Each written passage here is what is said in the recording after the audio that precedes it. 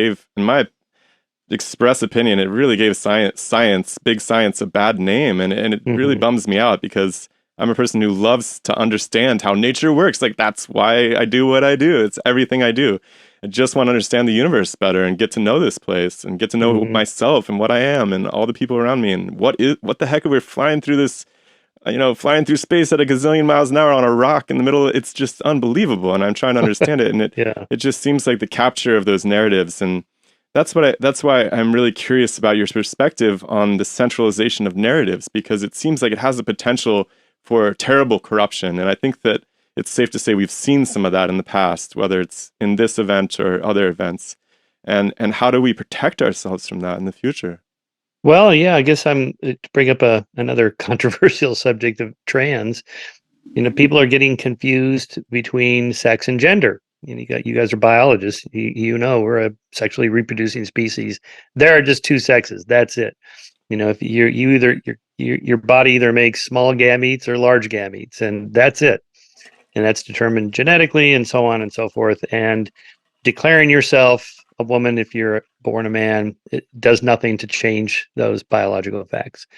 Now, gender is a different thing, and so it's more cultural and shifting and change. I don't know what, and so but people confuse those, and then socially, well, I want to be on the right side morally of the next civil rights movement, and the LGBTQ rights, and the T part is the next one, so I want to support that. Yeah, me too. And trans rights are human rights. Yeah, that's right. You shouldn't fire somebody because they're trans, or you can't discriminate against them. Can't close your restaurant to trans people. Whatever. Same civil rights protections that are already there. Okay. But then what happens when they conflict with other rights, like women's rights in sports, or women's rights to privacy in a locker room, and so on? We've seen this play out every day for the last couple, 2 years or so.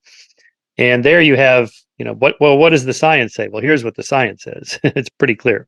But, what about the policy, or what about this political aspects or social aspects and so on? And there you see it gets pretty muddy pretty fast, and then people get pretty agitated about it. But what's crazy is that it's the exact same condition as it is for COVID science or climate science or anything, which is that there's plenty of papers that say that biologically speaking, there's no such thing as just two genders. And there's plenty of papers that say the opposite. There's a body of literature, and I hate to use this term, but there's a culture war over which body of literature Mm. will become preeminent. And on the basis of that interrelated body of literature, policy decisions are being made. And you see policy decisions being made one way in red states and a different way in blue states. But they're all leaning on the literature. And that's what's so Mm. crazy to me, where I start to get this feeling sometimes where there is almost no field where it's not possible to do that. Most fields are insufficiently political to drive this kind of cleavage. But in any field that's political, you get cleavages. And honestly, if you go to the deep hobbyists, you probably also will get this cleavage. You go to some Hmm. amphibian mating behavior conference, and I guarantee you that you're going to find two groups of people who interpret the data one way and another group of Hmm. people who interprets the data another way. That just seems like the way that it goes. And that's why it's so dangerous to use science as the basis for policy, because you end up in a position where there are two sides to the story. And depending on what questions you ask, like Shiloh says, you can come up with different conclusions. And at the end of the day, the conclusions that you select are the conclusions that feel good to you on a moral and social level. Here I'll invoke Isaac Asimov's famous paper called The Relativity of Wrong. Hmm. And he said, if I can recall this correctly, when people thought the earth was flat, they were wrong. When people thought the earth was round, they were wrong. The earth is a oblate spheroid. But if you think that thinking the earth is flat is just as wrong as or the earth is round is just as wrong as the earth is flat, then you're wronger than both of them. I mean, one of Mm. those is actually way more accurate than the other one, even though it's technically not exactly a perfect sphere, right?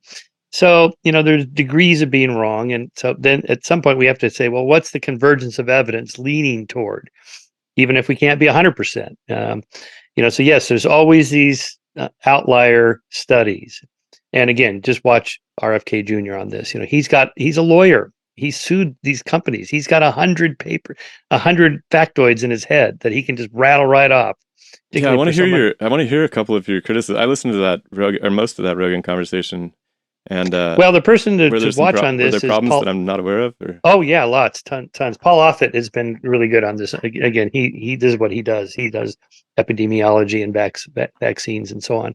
And so he's lined up. If you go to his webpage, you can see, here's what Kennedy said, here's why he's wrong, and so on. And so for example, like the vaccines have a link to autism. Why? Because the lead the mercury in the preservative of the vaccines somehow leaks into the brain, this leaky brain hypothesis and so on, and causes autism. Well, part of the problem is we don't know the cause of autism yet, so that opens the door for anybody's theory about this. And second, that mercury was taken. First of all, it was not the bad kind. There's two kinds of mercury. It was not the bad kind that was used in the preservatives, but even so, mercury was taken out of the vaccines. This thimerosal substance that was put in these vaccines as a preservative, that was taken out in 1999. By 2000, no vaccines were given with thimerosal.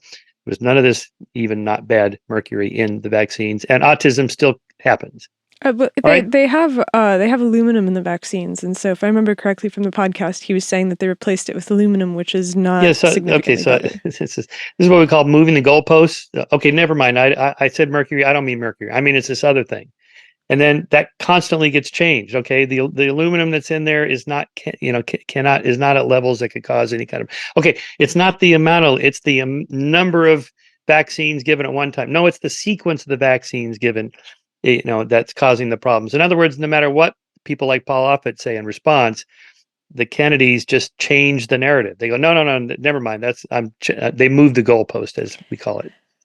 I came across something the other day where somebody was like, measles is actually not a very dangerous disease when you're not malnourished. And I kind of scoffed at that because everything that I've ever read suggests that measles is actually a dangerous disease and that if kids aren't vaccinated against measles, that they're going to get really, really sick and probably die. And then there was all these articles about vaccination rates against measles in West Hollywood and Orange County falling to, like sub-Saharan African levels, and all of these wealthy Hollywood parents refusing to vaccinate their kids. And I was talking to my brother the other day, and over the course of the conversation, we realized that despite all those headlines, none of the kids died of measles. As opposed to the African kids. As opposed to the African kids who are malnourished, and as opposed to kids from 100 years ago who were malnourished, who did definitely 100% die of measles. And diphtheria is a different one because diphtheria is absolutely terrifying. The mode of death is terrifying. Well, this is a different question of whether the vaccines are poisoning you or not or something. No, the question is this, is that I think that I try to approach these situations where, okay, so somebody is out there and they are saying that vaccines are dangerous, they cause autism. I'm skeptical of those claims. However, I try to look at the claim from the standpoint of, is there a there? And I do wonder if there isn't a there about the over-medication and the over-application of pharmaceuticals that are perhaps not necessary in every single case. Both can be true, I think. I think we're talking about several different things at once, so let's kind of tease these apart. Okay. Certainly, the over-medication of people is real, particularly for kind of fuzzy problems like attention span in classrooms. So you got to give these ADHD boys something to calm them down, when in fact, maybe they don't belong in a classroom with rows of desks because they got too much energy and they want to run around. My little guy goes to a Montessori school, so it's not so structured. He couldn't be better there. It's great. And so it could be something like that. That can be true. Certainly malnourishment has to have an effect on to what extent a disease runs its course toward death or recovery. So there, your immune system and everything else that's at work when disease strikes is going to make a big difference. So I'm on board with you on that. Nutrition, exercise, air, sunshine, all of this is good. The COVID-19 striking elderly people that are obese with preconditions. Obviously, how could this not have an effect?